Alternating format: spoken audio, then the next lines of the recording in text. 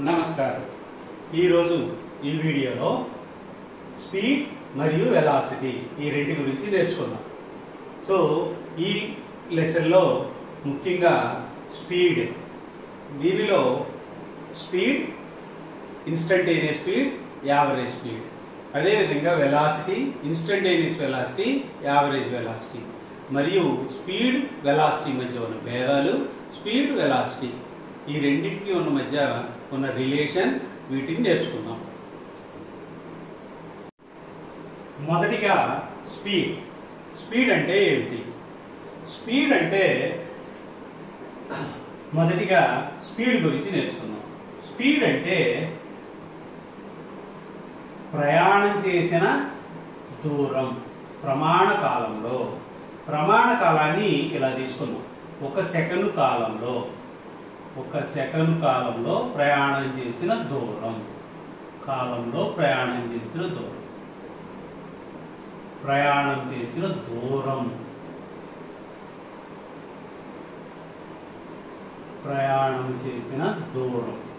దీనిని స్పీడ్ అంటాం. సో ఇది ఇంగ్లీష్లో డెఫినేషన్ చెప్పుకుంటే దీన్ని ఎలా చెప్పాలి? Distance travelled in unit time.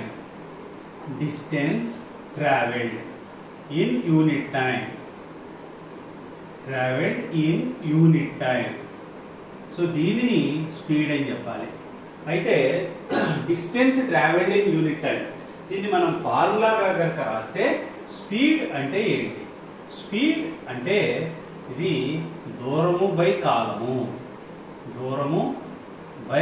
కాలము, right? Distance divided by time. దీనిని స్పీడ్ అని చెప్పాలి. అయితే స్పీడ్కి ఎస్ఐ యూనిట్ ఏమిటి? ఎస్ఐ సిస్టంలో స్పీడ్ని డిస్టెన్స్ని మీటర్లో, కాలాన్ని సెకండ్లో కొలుస్తాం కనుక స్పీడ్కి ఎస్ఐ సిస్టంలో unit metre per second, right? మరి డైమెన్షనల్ ఫార్ములా ఏమిటి? స్పీడ్ యొక్క డైమెన్షనల్ ఫార్ములా, రైట్? ఇలా స్క్వేర్ బ్రాకెట్ పెడితే డైమెన్షనల్ ఫార్ములా అని అర్థం. స్పీడ్ యొక్క డైమెన్షనల్ ఫార్ములా దూరాన్ని ఎల్తో, టైంని టీతో చూపిస్తాం కనుక దీని dimensional formula LT⁻⁻1. So speed అనేది దూరము స్కేలార్ క్వాంటిటీ కనుక, అదిశ రాశి కనుక స్పీడ్ కూడా అదిశ రాశే. స్పీడ్ అనేది scalar quantity, is a scalar quantity. ఇది స్కేలార్ క్వాంటిటీ.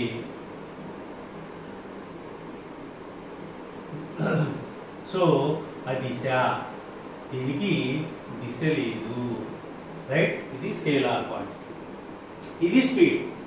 ఇదే విధంగా వెలాసిటీ అనే దాన్ని ఎలా నిర్వచించాలి? ఈ రెండింటి మధ్య సంబంధం, రైట్? ఇది చూద్దాం. వెలాసిటీ అంటే ఏమిటి? వెలాసిటీ అంటే దీన్ని నిర్వచనంగా చెప్తే ఒక సెకను కాలంలో స్థానభ్రంశం.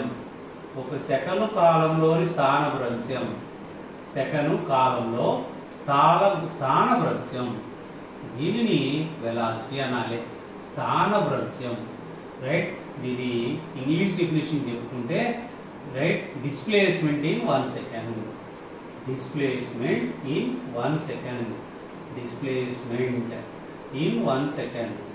In 1 second is velocity. 1 second is velocity. ఇలా నిర్వచించాలి. అయితే ఫార్ములా కనుక రాస్తే ఇలా రాయాలి. Velocity is equal to displacement by time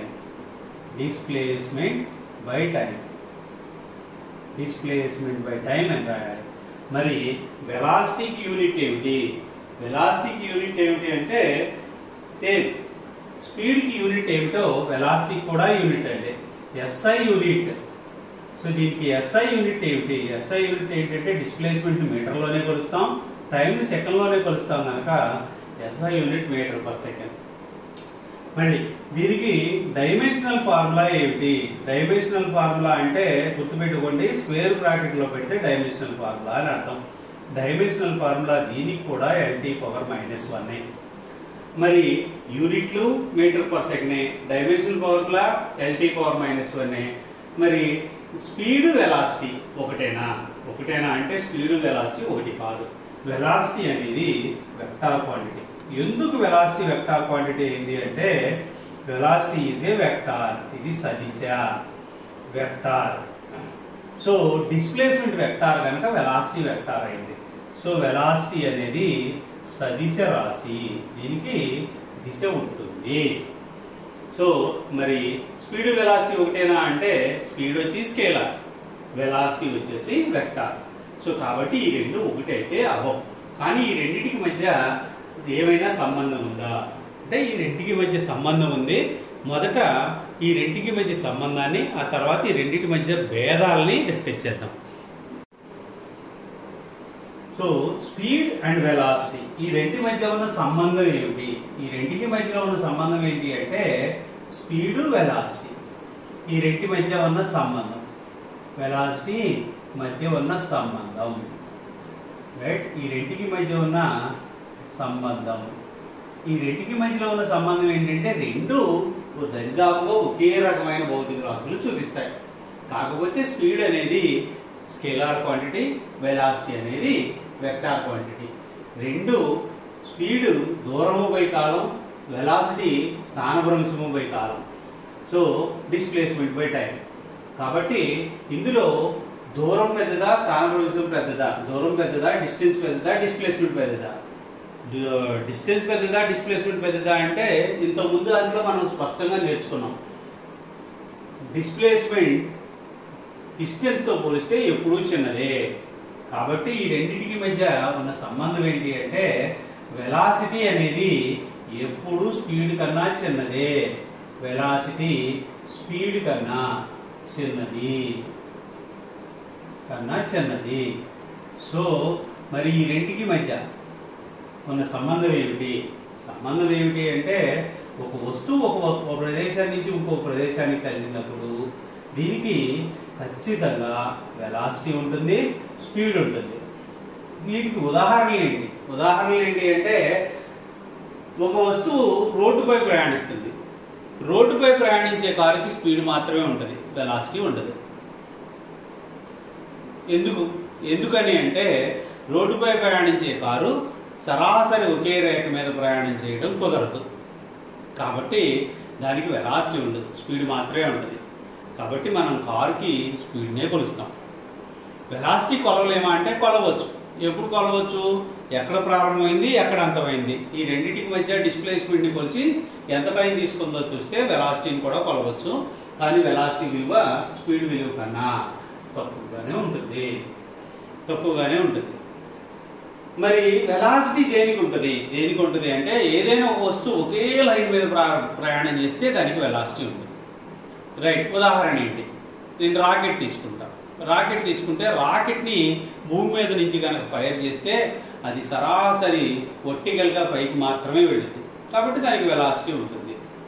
మరి వర్టికల్గా పైకి వెళ్ళే అన్ని వస్తువులకి వెలాసిటీనే ఉంటుందా? అవును. మీరు చేతితో పట్టుకుని ఒక వస్తువుని పైకి విసిరితే అది పైకి వెళ్ళేటప్పుడు దానికి వెలాసిటీ ఉంటుంది. ఎందుకంటే అది ఒకే లైన్ మీద ప్రయాణం చేస్తుంది. కనుక దానికి ఒకే ఒక దిక్కు ఉంది, పైకి మాత్రమే వెళుతుంది. కాబట్టి దానికి వెలాసిటీ ఉంటుంది. అదే వస్తువు కింద పడేటప్పుడు దానికి వెలాసిటీ ఉంటుందా, స్పీడ్ ఉంటుందా అంటే వెలాసిటీనే ఉంటుంది. ఎందుకంటే కిందకు పడుతుంది, ఒక దిక్కులోనే ప్రయాణం చేస్తుంది. ఓకే, అది దిక్కులు మార్చుకుని ప్రయాణం చేయట్లా. కాబట్టి స్పీడు, వెలాసిటీ ఈ రెండింటి గురించి మాట్లాడుకుంటే ఒకే ఒక డైరెక్షన్లో కనుక ఏదైనా ఒక వస్తువు కదులుతూ ఉంటే దానికి వెలాసిటీ ఉంటుంది, రైట్? అలా కాకుండా రోడ్డు వెంట ఇష్టం వచ్చినట్టుగా ఈ రోడ్డు ఎలా మెలుగులు ఉంటే అలా కనుక వెళుతుంటే దానికి స్పీడ్ ఉంటుంది. మరి ఈ రెండింటికి మంచి భేదాలు ఏంటి? అంటే స్పీడ్ అనేది స్కేలార్ క్వాంటిటీ, స్పీడ్, వెలాసిటీ ఈ రెండింటి మధ్య ఉన్న భేదాలు. ఈ రెండింటి మధ్యలో ఉన్న భేదాలు ఏంటి అంటే మొదటి భేదం, రైట్? స్పీడ్ అనేది స్కేలార్ క్వాంటిటీ, రైట్? వేగం, speed, right? Speed is scalar quantity. Speed అనేది స్కేలార్ క్వాంటిటీ. అదే వెలాసిటీ అనేది వెలాసిటీ, ఈ వెక్టార్, ఇది వెక్టార్ క్వాంటిటీ, ఇది స్కేలార్ క్వాంటిటీ కాదు. దీన్ని ఎలా నిర్వచించాలి? స్పీడ్ని దూరము బై కాలము అని నిర్వచించాలి. దూరము బై కాలము అని నిర్వచించాలి. మరి వెలాసిటీని, రైట్, స్థానభ్రంశం, డిస్ప్లేస్మెంట్ బై టైం, స్థానభ్రంశము బై కాలము అని నిర్వచించాలి. స్థానభ్రంశం బై కాలము అని నిర్వచించాలి. స్థానభ్రంశము బై కాలం. మరి స్పీడ్, వెలాసిటీ, ఈ రెండుకి యూనిట్లు ఏంటి? రెండుకి ఒకటే యూనిట్. దీనికైనా మీటర్ పర్ సెకండే, దీనికైనా మీటర్ పర్ సెకండే. దీనికైనా డైమెన్షనల్ ఫార్ములా LT⁻⁻1, దీని డైమెన్షనల్ ఫార్ములా కూడా LT⁻⁻1. మరి స్పీడ్, వెలాసిటీ, ఈ రెండిట్లో ఏది పెద్దది? ఏది పెద్దది? ఎప్పుడు రెండు సమానం అవుతాయి. ఏది పెద్దది అంటే స్పీడే పెద్దది. మరి ఈ రెండు ఒకే సందర్భంలో సమానం అయ్యే సందర్భం ఏమైనా ఉంటుందా అంటే ఒక సందర్భం ఉంటుంది, రైట్? వస్తువు ఒకే రేఖ మీద ప్రయాణిస్తుంటే, రైట్? సో రైట్, ఆబ్జెక్ట్, వస్తువు ఒకే సరళ రేఖ మీద ప్రయాణిస్తుంటే, ఒకే స్ట్రెయిట్ లైన్ మీద ప్రయాణిస్తే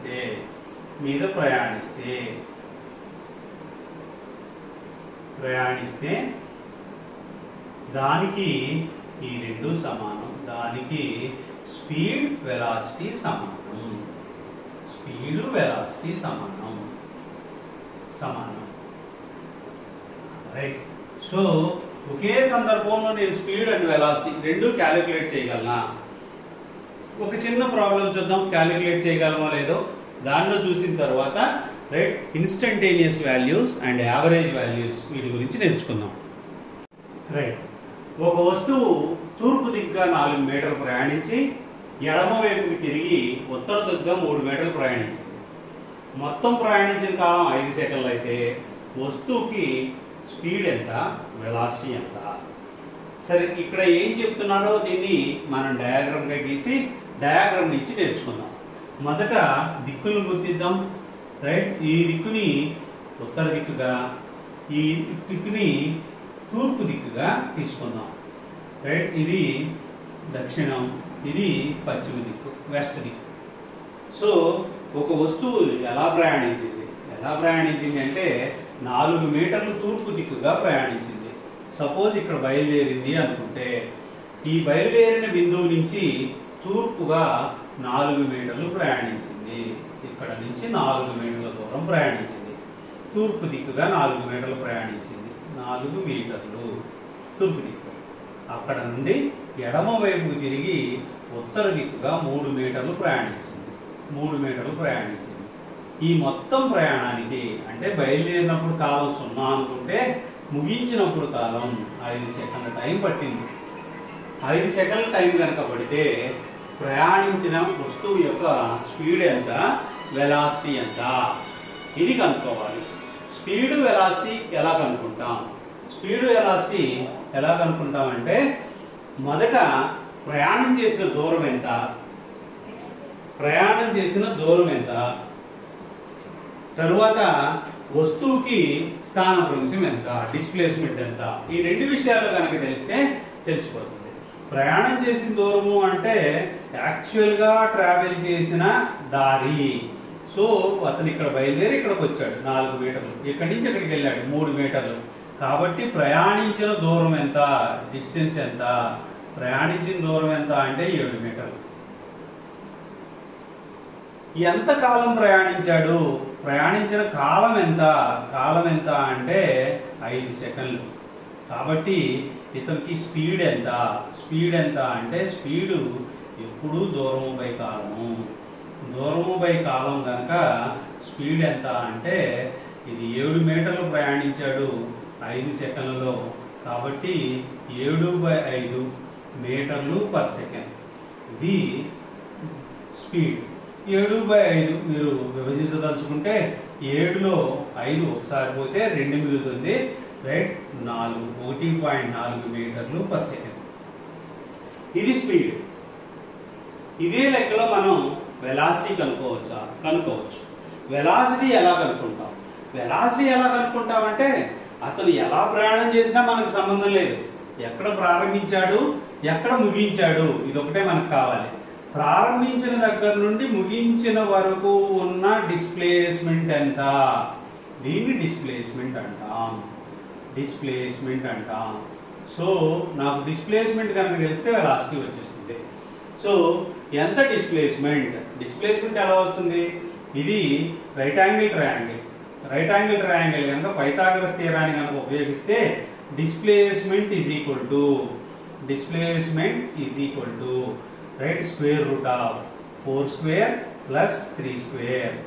ఇది కనుక తీసుకుంటే డిస్ప్లేస్మెంట్ 5 మీటర్లు అని వస్తుంది. డిస్ప్లేస్మెంట్ 5 మీటర్లు. ఎంత కాలం ప్రయాణం చేశాడు? ప్రయాణం చేసిన కాలము 5 సెకండ్లు. కాబట్టి ఇతని వేగం ఎంత? ఇతని వేగము అంటే వెలాసిటీ ఎంత? ఇతను ఎంత వెలాసిటీతో ప్రయాణం చేశాడు అంటే 5 మీటర్లు బై 5 సెకండ్లు is equal to 1 metre per second వెలాసిటీతో ప్రయాణం చేశాడు. సో ఇందులో మీరు స్పష్టంగా చూడవచ్చు, స్పీడ్ కన్నా వెలాసిటీ విలువ చిన్నది. స్పీడ్ 1.4 మీటర్ పర్ సెకండ్ అయితే velocity 1 metre per second. So ఇక్కడ డిస్ప్లేస్మెంట్ బై టైం తీసుకున్నాం. డిస్ప్లేస్మెంట్ అంటే ప్రారంభ బిందువుకి చివరి బిందువుకి, ప్రయాణం ప్రారంభించిన చోటికి ప్రయాణం ముగిసిన చోటికి మధ్యలో ఉన్న షార్టెస్ట్ డిస్టెన్స్. సో ఆ డిస్ప్లేస్మెంట్ బై టైం కనుక కడితే వెలాసిటీ వచ్చింది. ఇది 1 మీటర్ పర్ సెకండ్ మాత్రమే. సో ఈ ప్రాబ్లంతో మీకు కాలము, వేగం, రైట్, స్పీడ్ అండ్ వెలాసిటీ ఈ రెండింటి మధ్య సంబంధం అర్థమైంది అనుకుంటా. ఇన్స్టంటేనియస్ స్పీడ్, ఇన్స్టంటేనియస్ వెలాసిటీ అంటే ఏమిటి, రైట్, ఇప్పుడు చూద్దాం. తర్వాత సరాసరి విలువలు, వీటి గురించి నేర్చుకుందాం. మొదటిగా ఇన్స్టంటేనియస్ స్పీడ్ అంటే ఏమిటి? ఇన్స్టంటేనియస్ స్పీడ్ అంటే తత్కాల స్పీడ్. తత్కాల పేరులోనే ఉంది స్పష్టంగా. ఇన్స్టంటేనియస్ స్పీడ్ అంటే ఏంటి? తత్కాల అంటే ఆ క్షణంలో, రైట్? దీన్ని ఫస్ట్ మొదట అర్థం చేసుకున్నాం. ఇన్స్టంటేనియస్ స్పీడ్ అంటే తత్కాల స్పీడ్, రైట్? వడి స్పీడ్ అంటే వడి. తత్కాల స్పీడ్, తత్కాల అంటే ఆ క్షణంలో. సో ఒక వస్తువు మొత్తం ప్రయాణంలో, ఒక వస్తువు యొక్క మొత్తం ప్రయాణంలో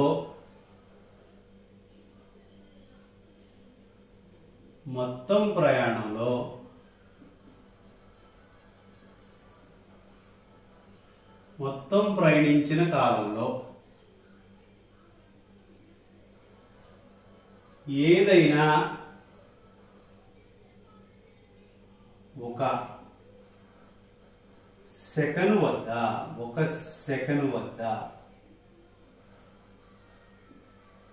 రైట్ వస్తువు యొక్క స్పీడ్, దీన్ని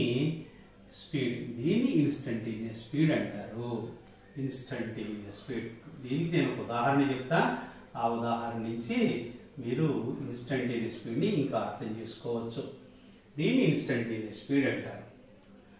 సో ఉదాహరణ ఏంటి అంటే, సపోజ్ మీరు ఇంటి దగ్గర నుంచి ఒక కారులో బయలుదేరారు. ఇలా తీసుకోండి. మీ ఇంటి దగ్గర నుంచి ఒక కారులో బయలుదేరారు. కారులో బయలుదేరి ఒక ప్రదేశం నుంచి ఇంకో ప్రదేశానికి వెళ్తున్నారు. సో ఇంటి దగ్గర నుంచి ఒక కారులో బయలుదేరారు. ఇంటి దగ్గర నుంచి రైట్ ఒక కారు తీసుకుని కారులో ప్రయాణిస్తున్నారు. రైట్, కారులో ప్రయాణిస్తున్నారు. ఈ కారులో ఉదయం ఎన్ని గంటలకు బయలుదేరాం? ఉదయం 6 గంటలకు బయలుదేరాం అనుకోండి. ఉదయం 6 గంటలకు బయలుదేరి ఈ కారులో ప్రయాణించేసి మనం ఇంకొక చోటకి చేరాం. సరే, మన స్కూల్కి చేరాం. స్కూల్ ఎక్కువ దూరంలో ఉంది. స్కూల్ ఎక్కువ దూరంలో ఉంది కనుక స్కూల్కి చేరడానికి దరిదాపుగా 1 గంట సమయం పట్టింది. అంటే నేను 7 గంటలకి స్కూల్ దగ్గరికి చేరాను అనుకోండి. స్కూల్ దగ్గరికి చేరితే ఈ మొత్తం ప్రయాణం చేసిన సమయంలో రైట్ నేను ఏదో ఒక టైం దగ్గర అంటే 6:10కి కారు ఎంత వేగంగా వెళుతుంది, కారు ఎంత స్పీడ్తో వెళుతుంది, వేగంగా కాదు ఎంత స్పీడ్తో వెళుతుంది, ఆ స్పీడ్ని ఇన్స్టంటేనియస్ స్పీడ్ అంటారు. 6:10కి ఉన్న స్పీడ్నే ఇన్స్టంటేనియస్ స్పీడ్ అంటారా? 6:13కు ఉన్నదాన్ని అనరా? అంటే 6:13కు ఉన్నదాన్ని కూడా ఇన్స్టంటేనియస్ స్పీడే అంటారు. సో ఆ పర్టికులర్ టైంలో ఎంత స్పీడ్తో వెళుతుంది దాన్ని ఇన్స్టంటేనియస్ స్పీడ్ అంటారు. సో ఇన్స్టంటేనియస్ స్పీడ్ అంటే తత్కాల. ఏం టైంతోనే కొలవాలా? వేరే రకంగా కొలవకూడదా?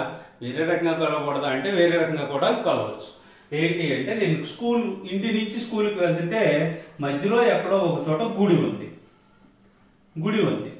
సో ఈ గుడిని దాటుతున్నప్పుడు రైట్ గుడిని దాటుతున్నప్పుడు ఎంత స్పీడ్తో కారు గుడిని దాటుతుంది దాన్ని ఇన్స్టంటేనియస్ స్పీడే అంటారు. సో ఏదైనా సరే ఒక బెంచ్ మార్క్ అంటే ఒక పర్టికులర్ పాయింట్ని మనం ఎంత స్పీడ్తో దాటాం ఈ విషయాన్ని చెప్తే ఇన్స్టంటేనియస్ స్పీడ్ అంటారు. మరి ఇన్స్టంటేనియస్ వెలాసిటీ కూడా ఉంటుందా? అవును, ఇన్స్టంటేనియస్ వెలాసిటీ కూడా ఉంటుంది. మరి ఇన్స్టంటేనియస్ వెలాసిటీ అంటే ఏమిటి?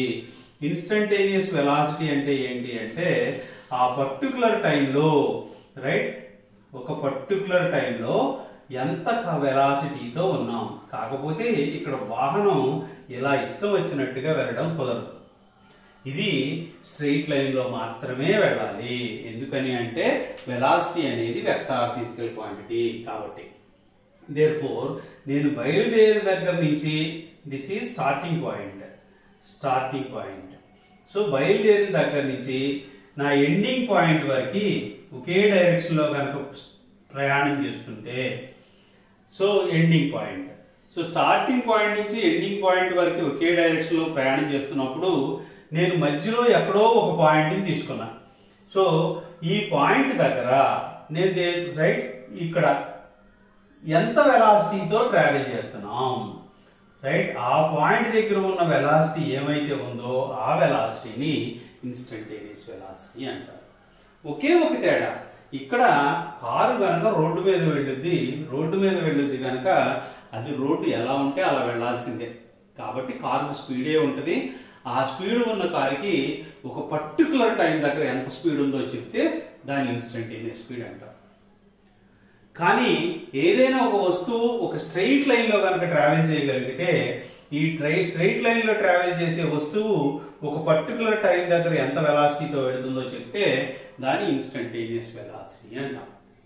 సో ఇవి instantaneous speed and instantaneous velocity right ఒక పర్టికులర్ పాయింట్ దగ్గర ఉన్న స్పీడ్ లేదా velocity. Average speed, average velocity ఈ రెండింటిని నేర్చుకున్నాం. యావరేజ్ స్పీడ్ అంటే ఏమిటి? యావరేజ్ స్పీడ్ అంటే మీరు ప్రయాణం చేసిన మొత్తం దూరంపై మొత్తం కాలం ప్రయాణించిన మొత్తం దూరం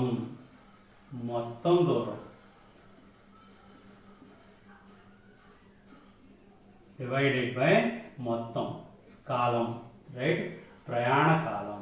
ప్రయాణించడానికి ఎంత కాలం పట్టిందో ప్రయాణించిన కాలం ఆ కాలం మొత్తం దూరం బై మొత్తం కాలం కనుక రాస్తే మనకేమొస్తుంది అంటే యావరేజ్ స్పీడ్ వస్తుంది.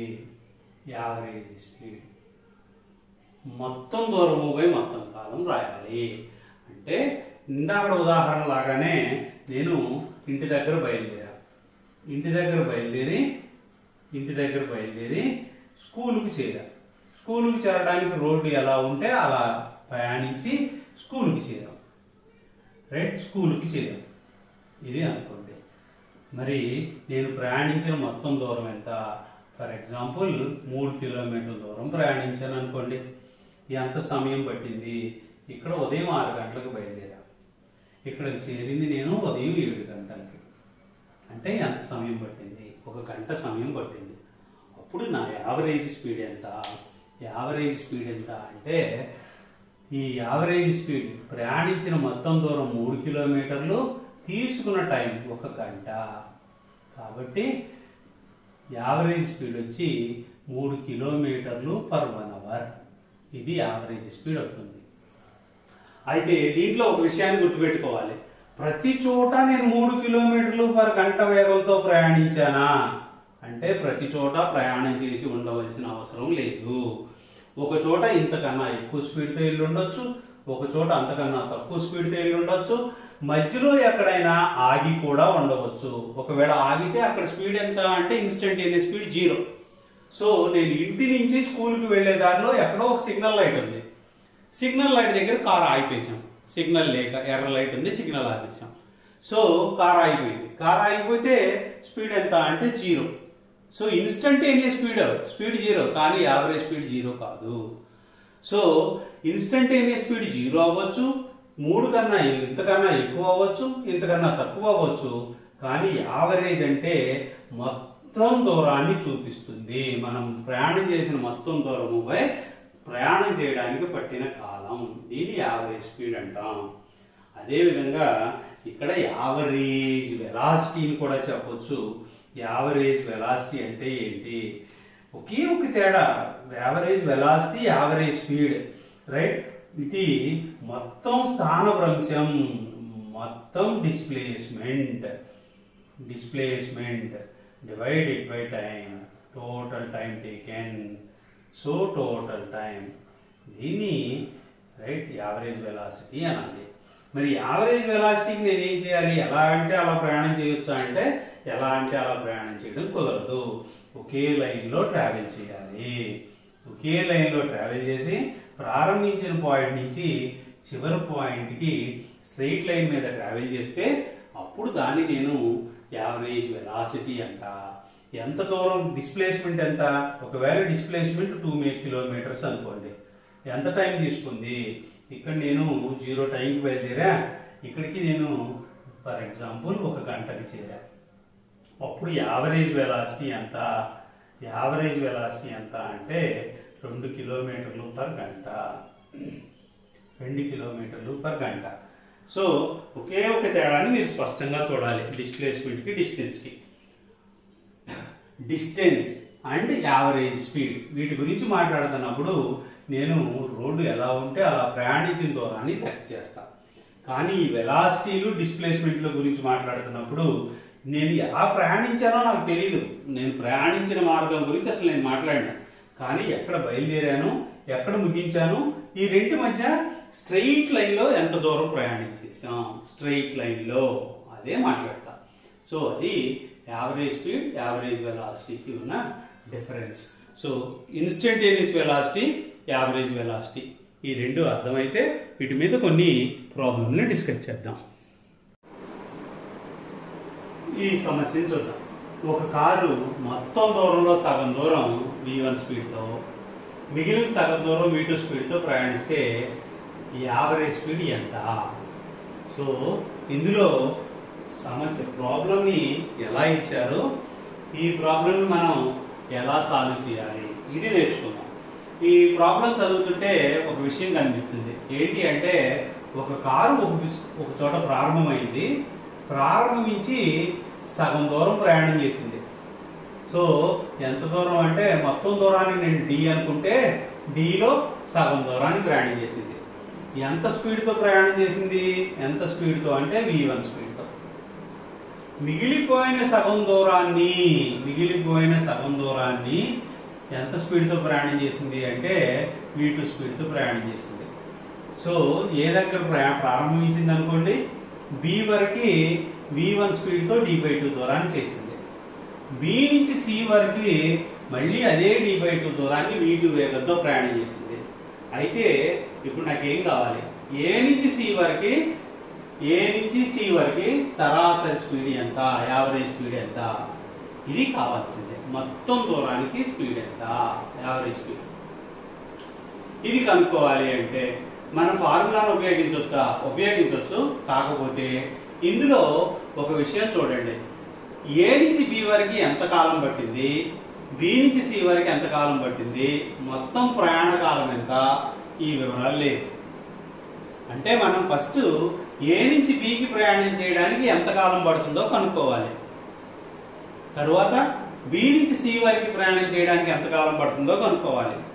అప్పుడు మొత్తం ప్రయాణానికి ఎంత కాలం పట్టిందో తెలిస్తే అప్పుడు average speed is equal to మొత్తం దూరంపై ప్రయాణించిన కాలం అని యావరేజ్ స్పీడ్ కనుక్కోవచ్చు. సో దీనికోసం ఏం చేద్దాము అంటే ఏ నుంచి బి వరకు దీన్ని మాట్లాడుకుందాం. ఏ నుంచి బి వరకు ఇంతవరకు మాట్లాడుకుందాం.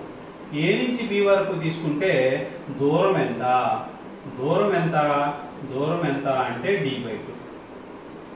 మరి ఎంత స్పీడ్తో ప్రయాణం చేసింది, స్పీడ్ ఎంత, స్పీడ్ ఎంత అంటే v1. నాకు దూరం తెలుసు, స్పీడ్ తెలుసు.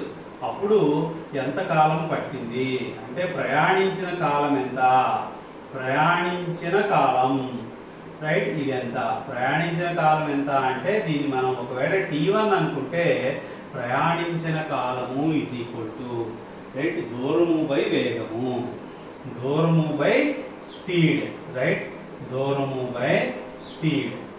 సో దూరము బై స్పీడ్, దూరం ఎంత దూరం ప్రయాణం చేసింది, d/2 దూరం ప్రయాణం చేసింది. ఎంత స్పీడ్తో, v1 స్పీడ్తో. కాబట్టి నాకేమొస్తుంది d/2v1. ఇది ఏ నుంచి బి వరకు. అదేవిధంగా నాకు బి నుంచి సి వరకు కావాలి. సో బి నుంచి సి వరకు ఇది కావాలి. ఇది కావాలి అంటే సేమ్ ఇదే విధంగా రాసుకున్నాం. దూరం ఎంత, దూరం ఎంత అంటే మళ్ళీ d/2నే. స్పీడ్ ఎంత, స్పీడ్ ఎంత అంటే v2. కాబట్టి ప్రయాణించిన కాలం ఎంత, ప్రయాణించిన కాలము, రైట్. సో పై ఫార్ములా లాగానే నేను దీన్ని t2 అనుకుని దూరము బై స్పీడ్ అని కనుక రాసుకుంటే, దూరము బై స్పీడ్ అని కనుక రాసుకుంటే నాకేమొస్తుంది, ఏమొస్తుంది అంటే d/2v2 అని వస్తుంది. సో నాకు ఏ నుంచి సి వరకు కావాలి. నాకు ఏ నుంచి బి వరకు, బి నుంచి సి వరకు వద్దు, మొత్తం ఏ నుంచి బి వరకు, ఏ నుంచి సి వరకు కావాలి. ఏ నుంచి సి వరకు ఇది కావాలి, ఏ నుంచి సి వరకు ఇది కావాలి. ఏ నుంచి సి వరకు ప్రయాణ కాలం, మొత్తం ప్రయాణ కాలం కావాలి. మొత్తం ప్రయాణ కాలం, ప్రయాణ కాలం ఇది కావాలి. దీన్ని కనుక నేను టీ అనుకుంటే దీన్ని సింపుల్ గా t1 + t2 అని రాసేయచ్చు. t1 అంటే ఏంటి, ఏ నుంచి బికి చేరడానికి పట్టిన కాలం. t2 అంటే ఏంటి, బి నుంచి సికి పట్టిన కాలం. దేర్ఫోర్ ప్రయాణ కాలము ఈజ్ ఈక్వల్ టు, ఇక్కడ మనం t1 కనుక్కున్నాం, t1 is equal to d/2v1. So d/2v1 plus t2 ని ఇక్కడ కనుక్కున్నాం మనం, t2 is equal to d/2v2, d/2v2. ఇప్పుడు దీనికి ఎల్సిఎం కట్టి మనం దీనిని ఇచ్చి మనం ఏం కనుక్కోవచ్చు, మొత్తం ప్రయాణ కాలం కనుక్కోవచ్చు. సో ఎల్సిఎం కడితే 2v1v2 ఎల్సిఎం, ఇక్కడ v2 లేదు కాబట్టి d/v2 + v1 ఇది మొత్తం ప్రయాణ కాలం. ఈ మొత్తం ప్రయాణ కాలం తెలిస్తే మనకి దీని యొక్క యావరేజ్ స్పీడ్ వచ్చేసినట్టే. యావరేజ్ స్పీడ్ ఎలా వస్తుంది, యావరేజ్ స్పీడ్ ఎలా వస్తుంది అంటే average speed is equal to ప్రయాణ దూరము బై ప్రయాణ కాలం. So average speed is equal to, average speed అంటే ఏమిటి, యావరేజ్ స్పీడ్ అంటే ఏంటి అంటే మొత్తం దూరము బై మొత్తం కాలం. మొత్తం దూరం ఎంత d, మొత్తం కాలం ఎంత d/v2 + v1 divided by 2v1v2. So denominator కనుక ఇది పైకి వెళ్ళిపోతుంది, dd క్యాన్సిల్ అయిపోతుంది.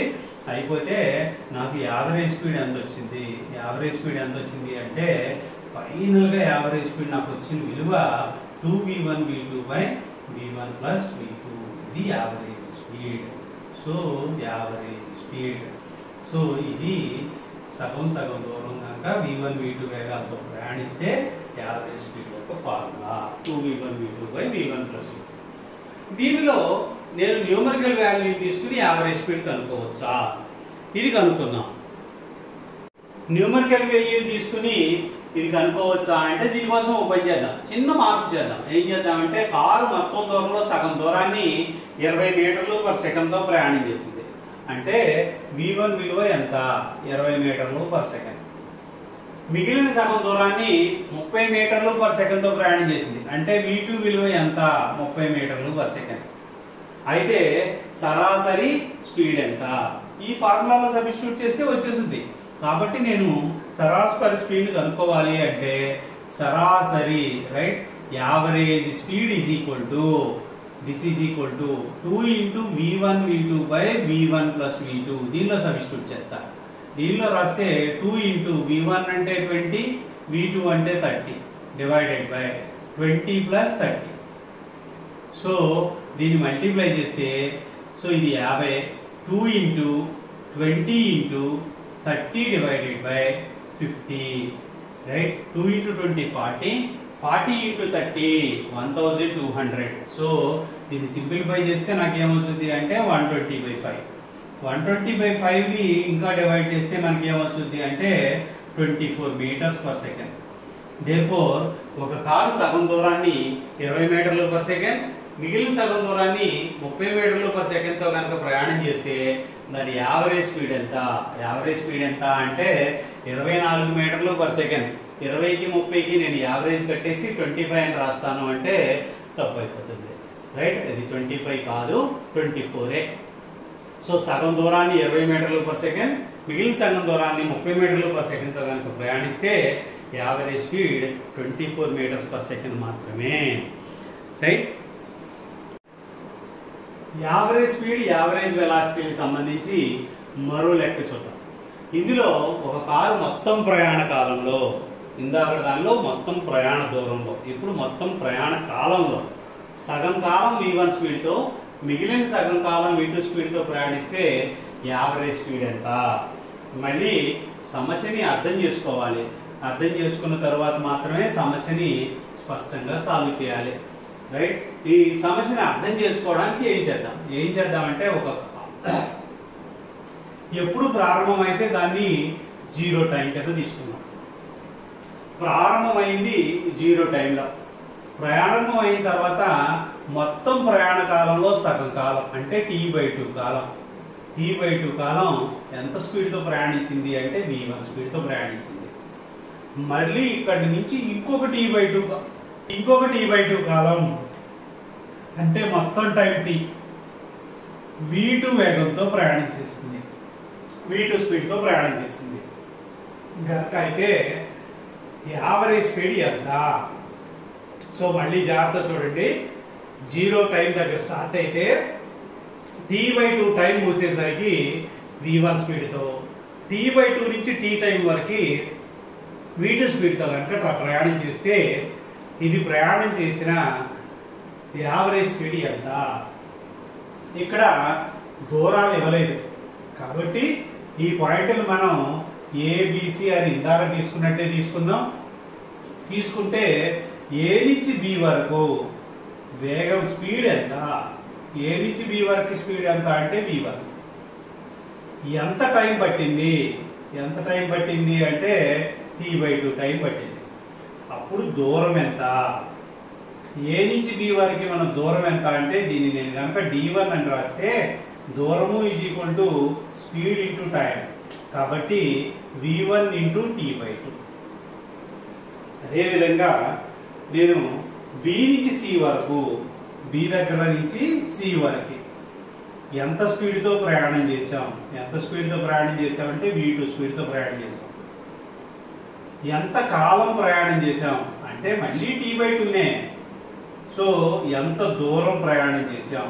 ఎంత దూరం ప్రయాణం చేసామంటే దీన్ని d2 కనుక అనుకుంటే రైట్, మళ్ళీ స్పీడ్ ఇంటూ టైం అంటే v2 ఇంటూ t/2.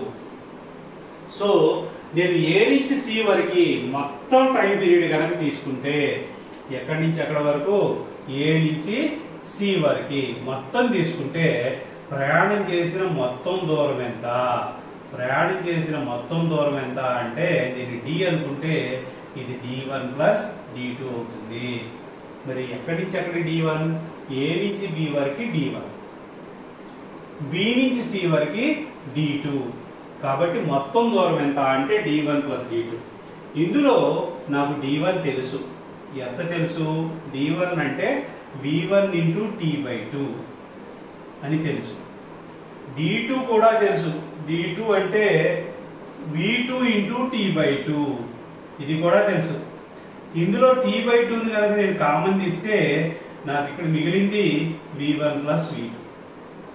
ఇప్పుడు ఏ నుంచి సి వరకు సరాసరి స్పీడ్ ఎంత? యావరేజ్ స్పీడ్ ఎంత? యావరేజ్ స్పీడ్ ఎంత అంటే average speed is equal to దూరము బై కాలం, దూరము డివైడెడ్ బై ప్రయాణం చేసిన కాలం, మొత్తం దూరం డివైడెడ్ బై ప్రయాణం చేసిన కాలం d/t. మరి d అంటే ఎంత? v1 plus v2 by 2 into t divided by మొత్తం టైం ఎంత? t. ఇందులో t క్యాన్సిల్ అయిపోతే ఇక్కడ t క్యాన్సిల్ అయిపోతే ఏం మిగిలింది? Average speed is equal to v1 plus v2 divided by 2 అని మిగిలింది. సో ఇప్పుడు average speed v1 plus v2 divided by 2నే. ఇప్పుడు నేను ఇంతటి లెక్కనే ఇప్పుడు చేయాలి అనుకున్నాను అనుకుంటే, ఒక కారు మొత్తం ప్రయాణించిన కాలంలో సగం కాలాన్ని 20 మీటర్లు పర్ సెకండ్ వేగంతో, మిగిలిన సగం కాలాన్ని 30 మీటర్లు పర్ సెకండ్ కాలంతో గనక ప్రయాణం చేస్తే యావరేజ్ స్పీడ్ ఎంత? అప్పుడు యావరేజ్ స్పీడ్ ఎంత?